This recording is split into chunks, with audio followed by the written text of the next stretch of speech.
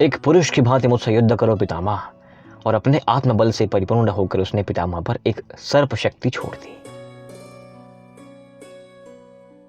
नमस्कार मित्रों, स्वागत है आप सभी का श्री महाभारत के इस कथानक में। और कहानी पहुंची है भीष्म पर्व में। आपने पिछली वीडियो में देखा कि कैसे महारथी शल्य ने उत्तर का वध कर दिया। उत्तर को आप सब जानते हैं। उत्तर थे विराट के पुत्र, उत्तर थे अभिमन्यु के साले, उत्तर थे उत्तरा के भाई, और उत्तर वही उत्तर राजकुमार उत्तर जिसने विराट युद्ध में अर्जुन के रथ की बागडोर संभाली थी। वो तरुण व नवयुवक, उस महाभट बालक का वध कर दिया गया है। वो बालक वीरगति को प्राप्त हो चुका है, लेकिन उसका भाई श्वेत ये सब देख के शांत नहीं रह पाता। श्वेत अति पराक्रमी था। श्वेत का पराक्रम आप देखने वाले हैं यहाँ पर कि पितामह भीष्म को उसने चकमा दे दिया था। एक बार को तो ऐसा होता है कि मानो पितामह पर हावी हो जाएगा वो।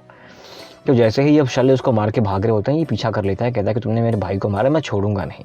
अब शल्य महाभट थे, शल्य महापराक्रमी थे। आप शल्य पर जाके देखिएगा चैनल पे।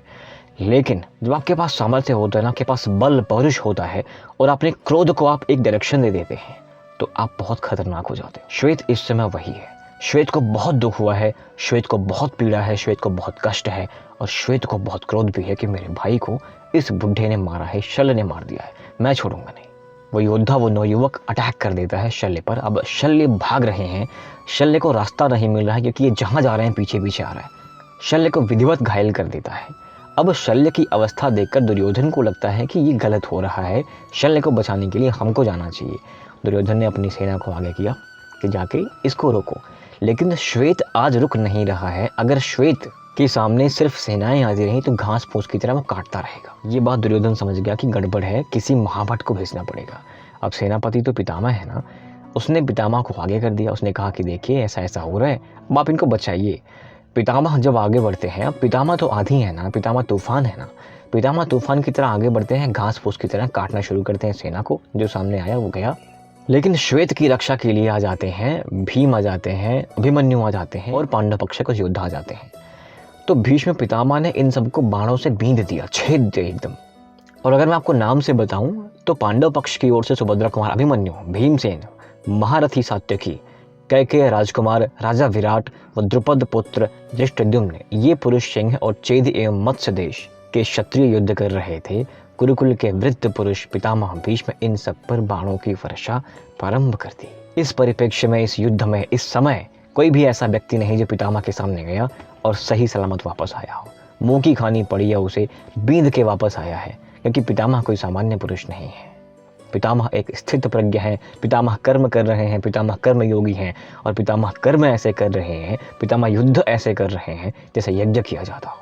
यहाँ पितामह प्राणों से प्राणों का हवन दे रहे हैं, आहुति कर रहे हैं। वो पितामह है। लेकिन पितामह की रथ यात्रा कहीं रुकने वाली है, और रुकने वाली है श्वेत के सामने, क्योंकि श्वेत के ऊपर आज भूत सवार है।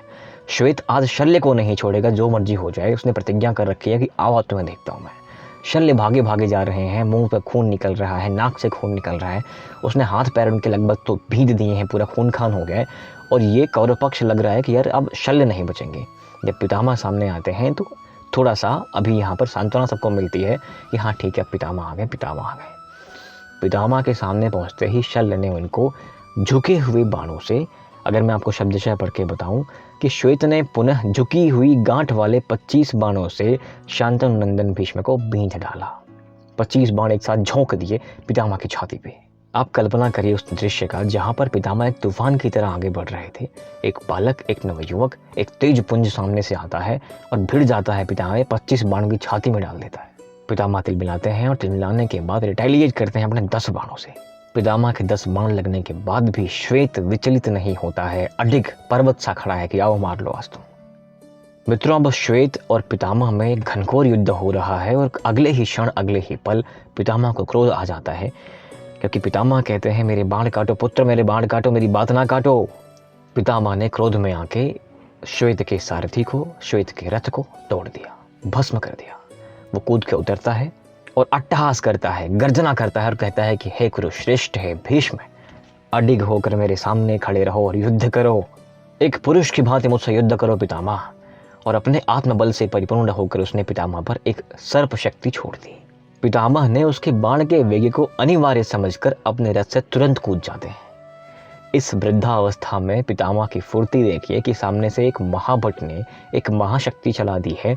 अगर पितामह वहाँ से नहीं हटे तो शायद घायल हो सकते थे। इसलिए पितामह ने विलंब ना करते हुए अपना रथ छोड़ के तुरंत कूद जाते हैं। जैसे ही रथ से पितामह कूदते हैं, श्वेत ने अपना गदा उठा करके ऐसे घुमा के मारा ना कि सारथी और रथ सभी अस्त्र वगैरह जो उस रथ में थे भस्म हो जाते हैं। दोस्तों ये अवस्था आप देखिए, पहले पितामह ने इसके रथ को तोड़ दिया, श्वेत के रथ को तोड़ दिया, अब श्वेत ने पितामह के रथ को तोड़ दिया। एक बालक और एक महाभट, गंगा पुत्र महाभीष्म। युद्ध देख करके कौरव पक्ष को ये लग रहा था कि अब श्वेत ने पितामह पर काबू पा लिया है। ये एक ऐसी घटना थी जो बिल्कुल भी सामान्य नहीं थी। अगर अर्जुन जैसा महाभट आके सामने पितामह से युद्ध करे तो बात समझ में आती है, लेकिन एक बालक ने पितामह को ऐसे पकड़ लिया, ये सोच करके इनका मनोबल टूट रहा है। सैनिक भागे जा रहे हैं, दुर्योधन चिल्ला रहा है पीछे से कि भागो मत, वो मेरे पितामह हैं, उनका वध असंभव है, तुम लोग भागो मत, सुरक्षित हो, संरक्षित हो, उन्हीं के पास रहो। बाकी लोगों से युद्ध हो रहा है और लोगों से, और जो पांडव साथ में अभी मैंने पढ़ा था आपके लिए, राइट। लेकिन पितामह और यहाँ पर श्वेत का जो घनघोर युद्ध हो रहा है, अगले क्षण ऐसी अवस्था आती है कि पितामह के धनुष काट दिए जाते हैं, नया धनुष उठाते हैं पितामह, और पितामह अब अपने चरम पर पहुंच चुके हैं। पितामह अब विलंब नहीं कर सकते, पितामह प्रतीक्षा नहीं कर सकते। पितामह ने अपनी शक्ति उठाई और श्वेत का वध कर डाला। एक महाभट का अंत हो जाता है। हमारे तो रोंगटे खड़े होते हैं, शायद आपके भी हो रहे हों। एक ऐसा बालक, एक ऐसा महापराक्रमी बालक जो पितामह जैसे योद्धा को टक्कर देता है, उस महाभट का भी अंत हो जाता है, वीरगति को प्राप्त हो जाता है। पितामह उसके वीरता को प्रणाम करते हैं और धृतराष्ट्र पूछते हैं संजय से कि हे संजय, जब उत्तर कुमार को भी और श्वेत को भी इन कौरवों ने, यानी कि मेरे पितामह ने जब मार डाला, तो पांडव पक्ष तो बहुत दुविधा में पड़ गए होंगे, पांडव पक्ष बहुत क्रोध में आ गए होंगे। अब मुझे बताओ कि वो लोग क्या सोच रहे हैं, कृष्ण क्या कर रहे हैं। मित्रों, आगे की अवस्था कुछ ऐसी है कि पांडव बैठ करके, क्योंकि पहला जो दिन है वो समाप्त होने वाला है, या शायद समाप्त हो गया होगा, पहले युद्ध की समाप्ति के बाद रात्र में बैठ के ये विचार कर रहे हैं कि पितामह को रोकना असंभव हो गया है, पितामह को हम मार नहीं सकते, पितामह मरेंगे नहीं, और पितामह किसी को छोड़ नहीं रहे हैं, वो घास फूस की तरह हमारी सेना को समाप्त कर देंगे, क्या किया जाए। इन सारी बातों पर विचार विमर्श होने वाला है। मित्रों, मिलते हैं अगली वीडियो में अगले प्रकरण के साथ। आपके सपोर्ट के लिए बहुत बहुत धन्यवाद। Thank you very much. जय हिंद।